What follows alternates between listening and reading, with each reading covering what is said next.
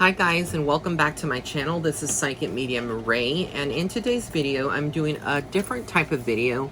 I'm actually doing a video on messages to heal and release emotional, physical, or any other kind of trauma that you experienced as a child. Now I know for myself there was many things that I went through as a child that I won't actually be talking about because I have already, through other videos, but a lot of us have either gone through some type of abuse, whether it was sexual, mental, physical, or spiritual, right?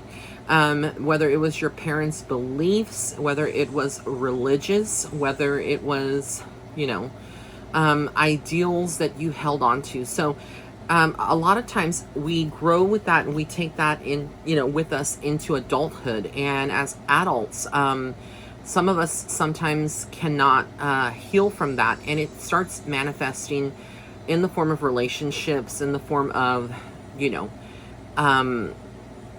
friendships, in the form of your own confidence. It manifests in so many different ways. It can manifest as fears about succeeding, fears of failure, fears of inadequacy.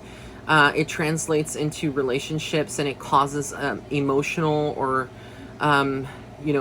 emotional abuse, or even it can lead up to cheating, bondages, to things that are unhealthy. And a lot of people, specifically, a lot of people in this lifetime, especially this generation now, are actually going through a lot of the stuff that perhaps their parents went through. I think that we are all somehow... we carry the DNA, from our ancestors, and we're products of our parents. And even if you change a lot of things about yourself, sometimes whatever, went on in the household, or however your parents went through something, it can affect you on so many levels. So the messages today is to kind of heal the inner child within yourself, and what messages may come through. A lot of you that are baby boomers now listening to this, or if you are part of the Generation Z, or if you're millennials listening to this, a lot of us grew up, were born in the 80s or 70s. A lot of us were late 80s or early 90s.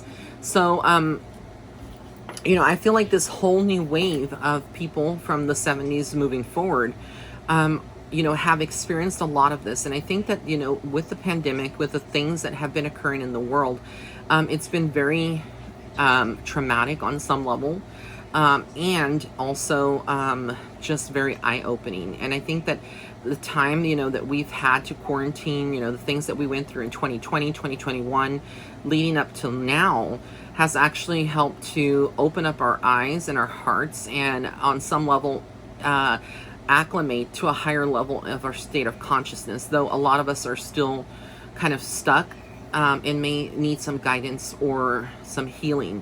Also, a lot of you may be asking, like, where was I? Where did I disappear? I actually had oral surgery a few days ago, and so I actually could not speak for a couple of days. So this is my first video, kind of coming back after a 6-day hiatus, to actually do a reading, and I'm able to speak. The gums are very, very sensitive when you have that kind of surgery. So here we are. I'm going to use the Rider-Waite and also my gifts to see what are the messages for the collective about healing the inner trauma, right? The things, and again, this may not apply to everyone. It may not, necessarily ring a bell for you, and that's okay. But just take, whatever you can, or sit with it. And also, as a reminder, all of my readings are on sale with the exception of emergency readings. They're 30% off through the month of October. No promo code is needed. They already are marked down. All right, so we're going to get started with the messages. I hope you like this little mantle type of tablecloth that I got. Perfect for reading tarot, right? It's the sun and the moon. Okay, so the King of Pentacles tells me that a lot of you possibly also were in a family dynamic where the father or your mother sometimes could have been in that place where they may have put work before you. I think that is a universal message. Sometimes our parents get caught up in work and working, to make a living, and they don't get to spend a lot of time with their kids, and sometimes the kids are left alone and they fall into different things, right? Whether it's like getting into trouble, drinking alcohol, smoking, etc. So I think that for a lot of you out there that are viewing, you know, on some level, this is either your mother or your father who potentially probably was focused too much on work or money and not enough quality time bonding with you. Some of you may have that, right? Or where money was like in your family, it kind of what's the word I'm looking for, was a measure of your success. And it's a lot of pressure now for you guys that are tuning in. For some of you, you may not actually realize that, you know, the impact that your parents had on you when it came to money. And so you kind of equate your success, or you measure yourself as according to, you know, either having money or the lack of thereof. And it's that lack mentality that sometimes gets the best of us. It's like we start telling ourselves, well, I don't have this, I don't have that, I need this and I need that. But all it really is a band-aid at the end of the day to cover up, you know, what you're feeling and internalizing. And it's not necessarily something that is going to help you heal. Again, I've always said money is sometimes is the root of all evil. And the reason for that is because I think it becomes almost like an object of or a measurement of how successful you are in this lifetime. We have here the Six of Wands. So with the Six of Wands, it feels like potentially, you know, there was a lot of things that maybe your parents did succeed in. And sometimes, you know, the success and the things that they had, let's say if they were a doctor, let's say they were a nurse, let's say they were a therapist, and you come into this lifetime and your free will and your, you know, there's a lot of pressure riding on you because on some level, you know, your parents expected you to follow in their footsteps or expected you to actually step into something very similar. But for you, it may not have been that for yourself that you sought. It wasn't the level of success that you want for yourself. And so this is, again, the things that kind of create a wounded emotional response to us now as adults. And we feel inadequate. We feel like we are not successful. We feel like we're in the wrong career path. But really and truly, no matter what went on in your childhood, you know, it's all about your own path and carving your own desires and what sets your soul on fire. What is it that, you know, is going to make you happy? And a lot of people, you know, tend to tell themselves, well, if I have a lot of money, a lot of my problems will be eliminated. And that's not the case. You can have money in the world. There's tons of celebrities and people out there that have money and they're empty inside and they're not happy. And I mean, I can list a lot of names of people that actually committed suicide because of these things, you know, they were not happy with. The Two of Swords tells me again that, you know, some of you may have dealt with your parents divorcing or going in two separate directions, and that left you with some uncertainty on relationships and whether or not marriage would work. A lot of you are struggling in this lifetime also, not knowing exactly like what is the right direction for yourself in relationships or careers. And again, this is all sometimes mirrored from our childhood. Our inner child is kind of wounded, and we don't realize that that is actually shaping our world and why some of our lessons are built around this. And the way that you can break that is like this next card, the Hierophant, which is a very spiritual type of card. It's almost like you turning to your spirituality or turning to a spiritual person to have that person kind of boost your own spirituality or help you go on a spiritual path to get the questions and the healing above all.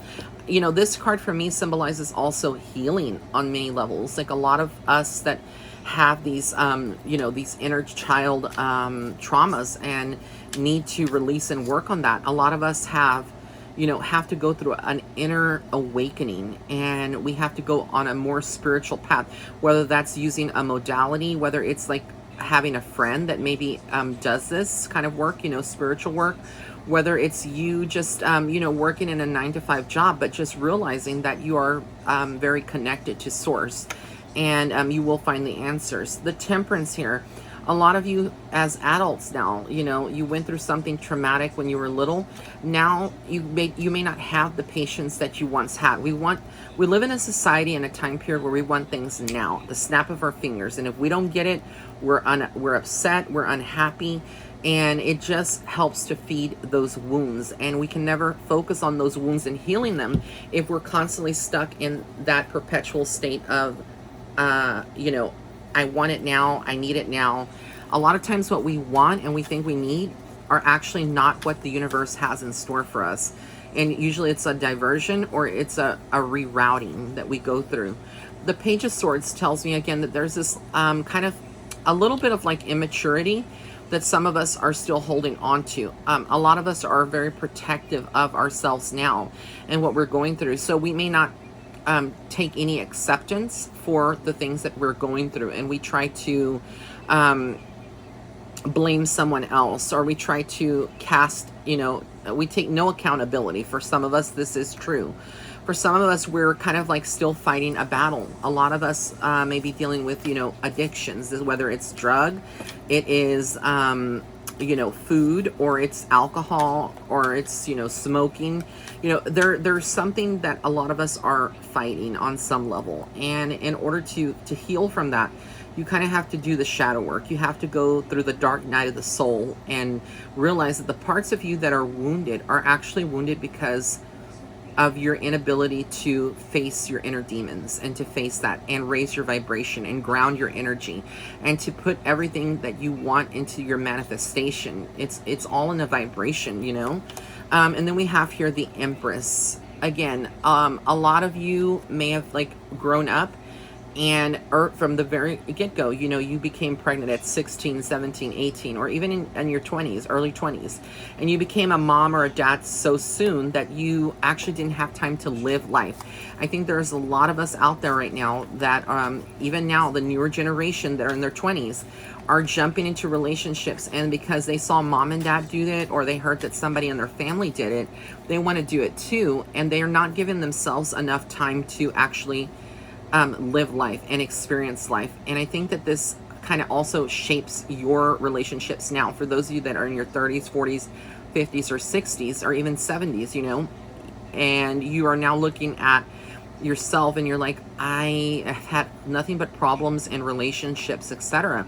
Well, yeah, you grew up too soon. You kind of, you know, you shifted your life. You fell into that ideology that we came here to procreate, you know, and that you had to do it ASAP in order to, you know, fit into your family. I think sometimes what we see in our family, you know, there are pressures, like I said, that bounce back on us, and pressures in our religion, you know, religious beliefs that we have to do things, but sometimes those things are more fear-based than actually from a higher vibration. With the Seven of Swords, this is kind of like a lot of deception. A lot of you early on may have gone through some type of competition. You know, you may have gone through things with your siblings where you always felt like they were loved more, or there was a favoritism somewhere, whether it was in school, whether it was in your family, or you always dealt with someone that was very just shady towards you in your family. And I think now it's almost like you kind of still attract those things into your life and you don't know why. And it all stems from your inner child as well. And a lot of times the people that are in our life that are like this, deceptive, whether it's a family member, whether it's a friend, whether it's, you know, someone, it's usually someone that we had a karmic lesson to learn in this lifetime. And it also stems from a past life. Very, very true. Now, the world tells me here that you are completing a cycle. A lot of you in your 30s, 40s, 50s, 60s are completing a cycle. You've lived through certain decades, you know, you've lived through a certain time period. And for all of us, I think this is also a message for the collective, even our 20-year-olds, right? That we survived the pandemic, even though we're still in it. I hate to still say, you know, we're in a pandemic, but we survived that. A lot of us that are tuning in, we actually were lucky and fortunate to survive that. And I think that through that whole 2020 and 2021, it brought up a lot of inner a lot of darker traits in relationships. This is the opposite of the Lover's card, the Devil card. So this tells me also that this is kind of more of your inner child wounds. Even your parents may have had this darker thing where they were cheating on one another, or they cheated on your mom, or your dad cheated on your mom, or your mom cheated on your dad, or if it was a same-sex couple, they cheated on one another. And so I feel like some of these generations now, it's almost like we step into those roles that no matter if we love someone that is married, we still want to talk to that person no matter if it damages the relationship, because on some level we've justified it in our mind that that person is unhappy in their relationship, and therefore we feel like it's okay to still foster a friendship or relationship. But really and truly, when you are doing that, you're doing a major disservice to yourself, and you're further setting yourself up in this karmic pattern, because again, a union, regardless of the nature of that union, is sanctified. It is something that is very spiritual. And sometimes we fall into that mentality, but we like this person. We know it's like that person's our twin flame, or we know that this person is our, potential soulmate. But again, if you have a soulmate, soulmates usually are not, and I'm not saying this is always the case, but usually soulmates are never in a relationship with another person at the time that they come into your life. Again, sometimes they've ended a relationship, or they've been with a person that was toxic or a karmic lesson, but usually they are available. But I think it's very important, because after the Devil card, which shows me a lot of the trauma, it's like, then we get this card, which is the Eight of Cups. And with the Five of Cups. And with the Five of Cups here that we look at, we are actually seeing a lot of sadness, a lot of, darker emotions that set in. So I think that, there are abandonment issues from childhood. Also, maybe feeling like you were alone. You could have parents that loved you and that were around you, but if they were so absorbed in their own problems and their own family and their own work that they never spent time with you.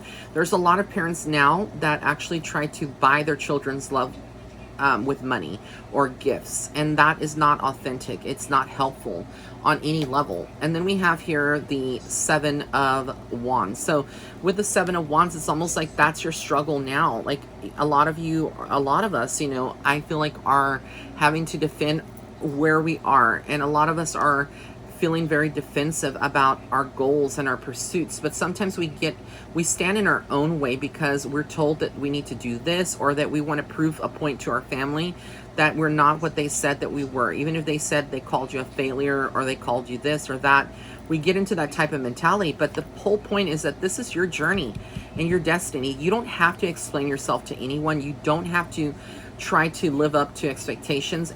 And you don't have to argue. If you're arguing with other people, if you're finding yourself being very argumentative and you can't take constructive criticism well, these are childhood wounds that you have and that you need to heal. And the only way that you can heal them is to change your behavior and change your thought process, and lift your vibration up. How do you lift your vibration up? I've said this time and time again. The only way to do that is to step into your power. Go out for a walk, start looking at comedy movies or things that make you laugh, whether it's TikTok or something else. Hanging around good, positive people that feed your soul, not that suck your soul out, or that kind of just bash you for everything that you say and do. This is very, very important to heal, inner childhood emotions. And then also the Wheel of Fortune comes in. So this is actually telling me that a lot of you that are going through things now, again, I feel like these lessons are temporary and your luck is about to change for the better. But it's a matter of you actually also believing that yourself, and not, standing in your own way and sabotaging yourself. Again, the energy, if you wake up and you're like, I'm hating to go to work, I just don't feel happy, I don't love this. You can whine and complain all day long, and you're just, sabotaging yourself because you're putting that negative vibration and energy out. So if you are unhappy, the only thing that you can do is, to either change your job or career to something else, or to make the most of it and actually come from a state of gratefulness and thankfulness and thanking the universe for what you have, even though it's not where you want to be, but be grateful. Sometimes doors open and blessings are unlocked when we come from a state of gratefulness. But until you're able to do that, you're going to continue to be, like I said, in some perpetual state of that. And finally, we have the Page of Pentacles. So the Page of Pentacles tells me, again, a lot of creativity is going to be used to your benefit, whether it's like you stepping in a creative role, whether it's you doing something like reorganizing, redecorating your home. If you're a guy and you're into if you're into construction, or if you're into like building things or working on your vehicle, these are going to be healthy creative outlets to actually help your soul and help, get some healing and start healing those emotional wounds. I think also, if there's a lot of men out there that are tuning into this, I want to tell you that it's okay for you to be vulnerable. It's okay for you to talk about the things that, that may make you cry, the things that may make you want to, be sentimental and emotional. I think men are sometimes desensitized, whether you're, no matter what, who you are, whether you're straight, gay, or bi. There's a lot of men out there that are not able to be in touch with their more feminine side, what they deem as feminine, because they see that as a weakness to be vulnerable or to, come from that place. But in reality, the strongest men out there and the most healthiest men are the ones that are able to be a little emotional, who are able to step into their divine feminine power. This does not mean that you're going to go dress in women's clothing, or that, you're going to, now all of a sudden feel like you're gay or something, because you're expressing yourself. It's actually healthy to express yourself. So if I have any men out there that are actually identified as straight, or any other gender, or sexual orientation, and you are struggling, and this is for the women too, and you're struggling to, express yourself in some kind of way because you've been taught if you cry in front of another, or if you are not able to talk about things openly, that it's going to make you weak. Those are lies that have been told to you. Those are deceptions and things that are not true. And so now I'm going to end the reading with my oracle deck. I have here the Pure Magic Oracle, and I'm just going to end it with some positive messages for you guys, for those of you that are tuning into this video. I hope that you like this, and I hope that it helps you on so many levels. So let's get into it. All right, the first card that I have here for your message is the card of the snake skin. Information, secrets, body language, and senses. It's almost like you are shedding a lot of it, and it's also like you're going through a kundalini rising. So you're going through some transformations on so many levels. And then we got here the Dijin, wilderness, enigma, service, and choices. Some of you need to ground yourself through nature and through accepting your light side and your dark side. We all have a light side, and a dark side that we operate out of. It's a duality, the divine feminine, the divine masculine. When we're able to balance that, we set ourselves free from a lot of restrictive patterns, from a lot of toxic pain and hurt, and we're able to heal, because again, it's more things that are in tandem. It's more of the things that are that are flowing. Then we have here opening circle, protection, ritual, lessons, simplicity. This is about like protecting yourself from negative energy. If you are around other people, whether it's family, friends, or someone else in your life, and they are toxic and negative for you and everything that you do, and they don't have kind words for you, what are you doing with those people in your life? Why are you even listening to them? Why are you feeding them and giving them space in your head? You need to stand in your power and stand in your sovereignty and let those people go.